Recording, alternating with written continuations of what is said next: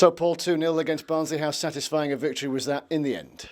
Yeah, delighted in the end. It's been a long slog for a long period of time, and I think, with the amount of effort that the lads have put in, with the little things that's, been niggling at me, I could talk about now, like teams cancelling on us, the big injury list that we've had. I think it's only just that we sign off with a win before this international break, so delighted, and just told the players in there, they all need credit.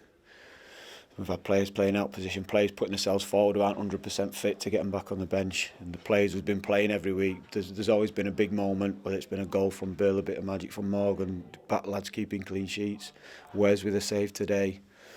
So, yeah, I think it's only fitting that we sign off with a win and then we get ready now for the final 8 games. Seemed a bit leggy to begin with, but 60 minutes in, took control and never looked back. Yeah, 12:30 kickoffs can be strange. Stadiums can be flat. We also looked like the team who played on Wednesday night.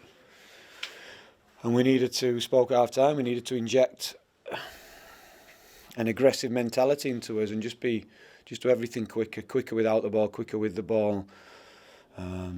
Take risks, just make the game that we want it to be. And I thought we did that. But as you said, we did that straight from the first whistle, second half. But Barnsley sort of tried to stay with us, and then a good quick free kick. Delighted Sander got his goal, and then we didn't really look back then.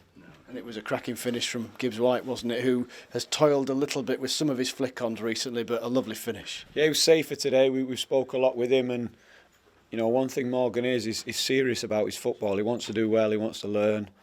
I enjoy working with him for that reason, and yeah, he was much more secure in the work he did today. But you can have it both ways. Fans will enjoy the flicks and then the more when they don't come off. But the bits probably that they didn't notice today was how secure he was, doing things simple, and then a real moment of quality from Ollie Mack to dig that ball out from under his feet, to put him through, and then the composure to finish. It's such a balance, isn't it? Because you don't want to stifle that creativity, but you don't want him doing it ad infinitum. Yeah, and I play a part in that as well. I spoke with him about it because, the way I want the team to look and the way I set it up probably sometimes and what I ask from him. I've never once asked him to rein it back in, But I think I need to, for his benefit, and him to be the top player he can be. So, yeah, we spoke a bit this week about decision making and the times to do it and not. So, yeah, delighted he got his goal today. So fingers and everything else crossed that those that are going away come back fresher. Yeah, we need them. Yeah, fresher. Because no one's back until the Thursday before the Stoke game. So regardless, it's always the same. How's international break, preparing the team, everyone asks, but you arguably get less time. Because we're not going to see our players again now until the Thursday morning. They'll have played on the Tuesday night. So there's your preparation for the Stoke game. But what it does allow us to do, and the staff as well, so the staff will be able to recharge, get ready to go.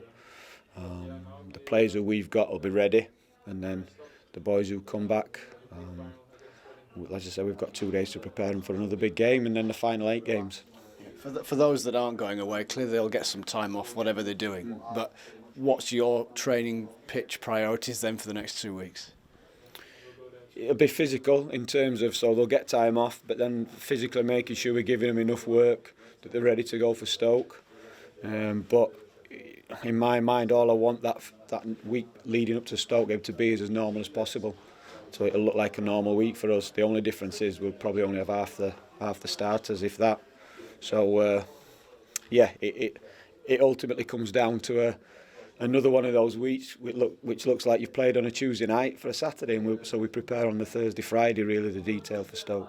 Billy Sharp came off today with a little something. Can you shed some light on that? It's hamstring, so obviously I'm concerned. The plus I could take from it at the minute is Bill's experienced enough to know his body, so he knew it was a muscle injury, so stop straight away. So we'll just have to, obviously he's got time to settle down. Nothing in the next 48 hours, he'll be icing it, he'll be relaxing, get him a scan later on in the week and then take it from there. Even if you had no real intention of playing him, how much of a plus is it that Stevens was amongst the squad again today? Yeah, good. So Ender has... he's done the work, so medically we know he's fit, but obviously with the amount of time that Ender's been out now, he needs minutes and training, so he'll be in working hard these next few days when the other boys are off. because we want him fit, we want him back. The other boys, the likes of Flecky, even George put himself forward today, probably not 100%. So I had to leave George off for that reason. He can do more damage than good, but you know, they want to get back involved. So this will allow us these next few days to get more work into them and make sure that they're 100% fit to be back involved. Can you, just this is the first time we spoke to you since the news about Andre Wisdom, just where your thoughts are at with him and the prospect of him sticking around till the summer? Yeah, so we had Andre in training. We were serious about bringing someone in for that cover. You can see how light we are, and it's no disrespect to Kyron. He's helped us keep 2 clean sheets in his last 2 games. It's been fantastic for him. But at the minute, he's the only one. And we've got Eags and Robbo, that's it. So we are serious about it. But Andre's not at the level yet for us to, you know, bring him in and use him. So we'll be looking at other things if they are there. If not, like I said, we work hard with the players, and hopefully these 2 weeks help us get a couple back. However, I mean, just on a sort of continuum of Gordon's performances, if he looked like a young kid at Millwall, he's not in the last couple of games, has he? And that includes today. He won most of everything in the air. Yeah, well, obviously I know Kyron, and he's got a lot of development to do. He's not a finished player, but probably his best qualities, he knows the game, and tactically he knows the game, and I want him to play like a first team player. It's difficult. You're asking young boys to come and organise and talk, but he does know the game, and the information he would give would be correct, or it would be good information. So that's probably as he's finding his feet, feeling more comfortable. You're seeing that in his performances.